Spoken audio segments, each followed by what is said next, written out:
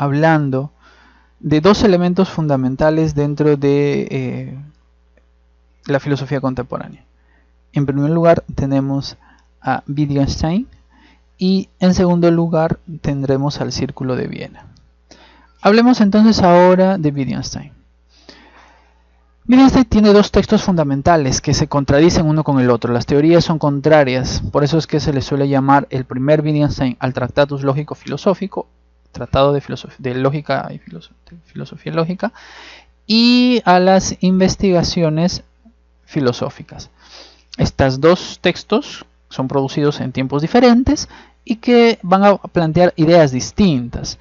En el primer texto se plantea y se habla en torno a los aportes de la lógica formal, es decir, esa lógica que nos ha ayudado a entender la realidad a partir de elementos que se dan, es decir, la lógica formal nos ayuda a entender por qué la relación P entonces Q y P por lo tanto Q es verdadera.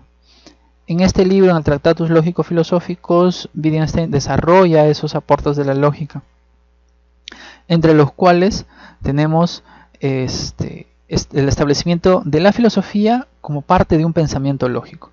Es decir, para Wittgenstein, él dice, la filosofía es o se muestra ya dentro de nuestro pensamiento, como pensamiento lógico. Entonces, otro elemento fundamental dentro de este Tractatus, ¿cuál será?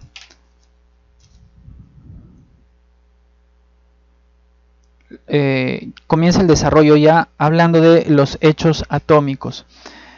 ¿Qué cosa es un hecho atómico? Los hechos atómicos son elementos, son realidades que se pueden encontrar en toda circunstancia. Un hecho atómico, por ejemplo, es Juan cruza la pista. Ese es un hecho atómico, ¿ya? Y el conjunto de hechos atómicos nos van a dar la relación de las cosas. Yo puedo decir, Juan cruza la pista, eso es un hecho atómico, una proposición.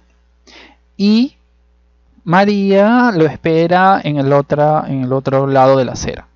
Cada uno de esos elementos resultan siendo la relación de las cosas. Es decir, Juan cruza la pista, tenemos Juan un elemento, cruza otro elemento, la pista otro elemento. Los hechos atómicos son la relación de estos elementos. ¿Y cómo nos relacionamos estos elementos? Ya, la relación de estos elementos se conoce como la teoría figurativa. Figura hace referencia a imagen. Entonces tenemos que en esta teoría es la contraposición de una proposición que se relaciona con un hecho atómico. Un hecho atómico es la realidad que sucede a nuestro costado. Yo veo exteriormente, o sea, tengo aquí en mi escritorio una laptop, un micrófono y estoy hablando. Entonces el profesor habla por el micrófono, son los elementos de un hecho atómico. La proposición, la afirmación de el profesor habla por el micrófono es el elemento lógico, es la proposición. Entonces los hechos atómicos son las cosas y la relación de estas cosas. Micrófono, laptop, profesor. A esta relación entre una proposición, lo que yo digo y cómo se da, se le llama correspondencia lógica. Es decir, efectivamente, decir yo algo, el profesor habla por el micrófono, se corresponde lógicamente con lo que sucede en la realidad, con el hecho atómico. Podemos observar a un profesor que habla por un micrófono. Entonces la proposición es la imagen de lo que sucede en la realidad. A eso se le llama teoría figurativa.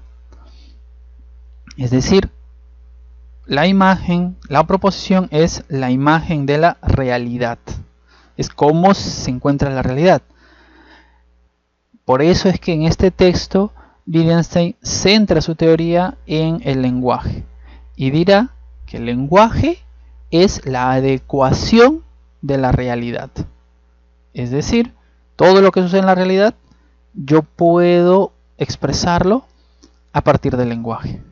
Lo que no sucede en la realidad no puedo expresarlo en el lenguaje. Yo no puedo afirmar con mis palabras, Dios existe. ¿Por qué no? Porque la entidad Dios no es un hecho atómico.